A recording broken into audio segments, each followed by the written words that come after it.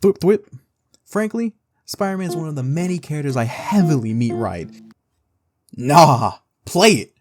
And since I've been reminiscing my favorite Spider-Man games recently, I thought, what's better than to show some love to the webhead again by talking about another one of my favorite Spider-Man games locked in the vault.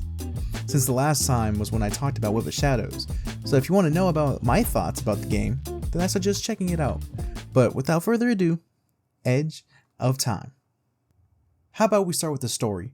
There's a lot to unpack, so lock in. Miguel O'Hara, aka Spider-Man 2099 from the year 2099, wants to stop this guy, Sloan, a scientist for Alchemax, who wants to make Alchemax in his own vision by time traveling in the past and building it from the ground up.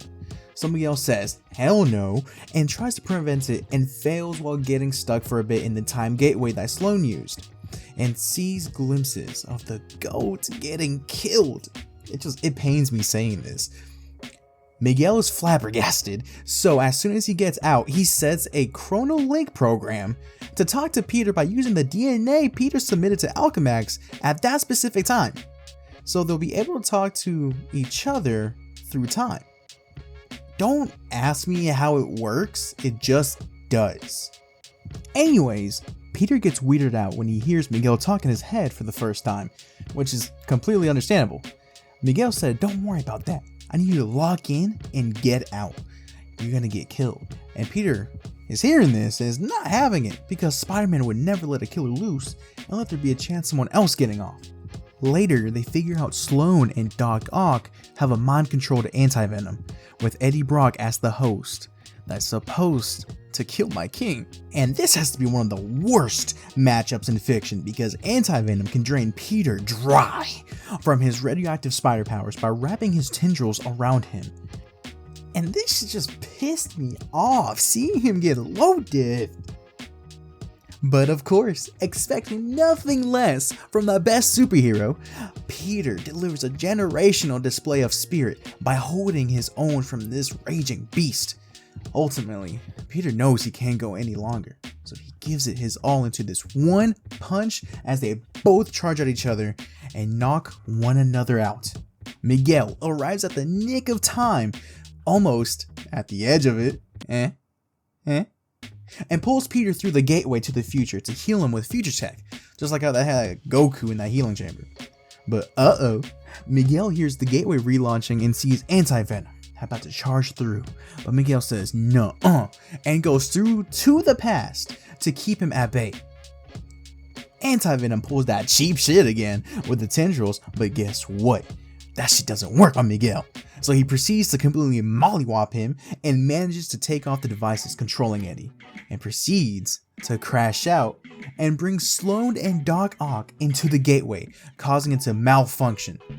So basically, for the rest of the game, Peter and Miguel have to go fix it while running into certain dilemmas and challenges along the way. Honestly, I love the story. There wasn't a single gripe I had with it. I love how early on in the game they made a clear distinction on how the both of them think how Spider-Man is supposed to be. Miguel is very logical, serious, and thinks of the greater good, even if it means looking the other way. But countless times we are shown Peter telling Miguel that as Spider-Man, they can't ignore when someone is in danger, and there's a cinematic in this game that fully encapsulates what I'm talking about. That was weird. Okay, let's go over the startup procedures. Slow down, Parker. It's not that simple. Did you fire up the quark enhancers? Activate the tachyon relays? Yes, I did all that. No, you just... Uncouple the Heisenberg compensators. Yes, of course I did. Oh, shucking, no, I didn't. I was right? Wow. Oh no. What's wrong?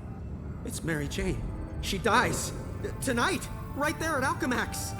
How do you know? For shock's sake, Parker, what part of Don't Poke Around in the Archives was unclear? Fine, I'm a nosy Parker, but now that I've found out, it's what? My job to save her? I've got enough to deal with. You can't mean that.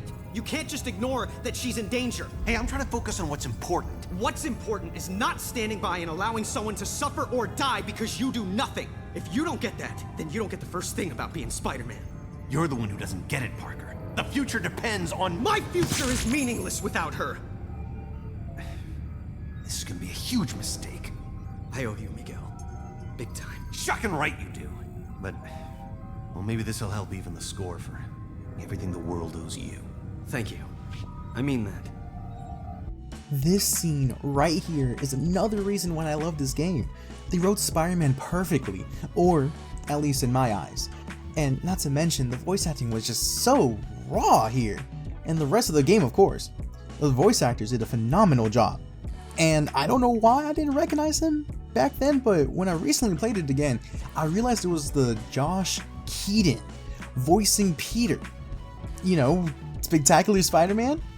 And personally, my favorite Spider-Man cartoon. And before we move on to the gameplay, I want to add on more to what I was saying about who Spider-Man is supposed to be. After Miguel saves MJ from a falling elevator with a unique technique, we witness this moment between the two, where MJ is thanking Miguel and comparing him to Peter's Spider-Man. Personally, I saw it as Miguel realizing, or at least getting closer to realizing who Spider-Man is supposed to be. The story and these characters were definitely the highlights of the game for me. Gameplay.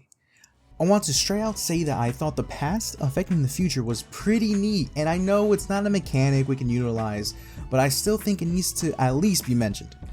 And for the combat in this game, it wasn't my favorites, but in no way in shape or form was it bad. To me, it was okay, but I definitely enjoyed my comically large hammer. And the unique powers we'll get to use for Peter and Miguel. I really liked Miguel's decoy ability, as it let me take the heat off me. But I love Peter's Ultra Instinct a whole lot more. Yeah, it was overpowered, which is why I liked it, but I also liked the visuals for it a lot. Let me know who y'all prefer playing as. Even though I preferred Peter, I really liked playing Miguel's skydiving levels, as it was not only fun, but it filled me with so much aura when he landed. All in all, playing the game was not at all a bad experience. Now we can sit here and have me glaze Spider-Man all day, but I don't think anyone has the time for it. So how about we wrap up the video in a nice way. Edge of Time is definitely in my top 3 Spider-Man games, story-wise, and I wholeheartedly want more people to experience it. It being the quippy dialogue they have between them, witnessing their dynamic blossom, playing in these awesome suits, and of course, forming your own opinion on it. With that being said, thanks for swinging by, and I'll see you when I see you.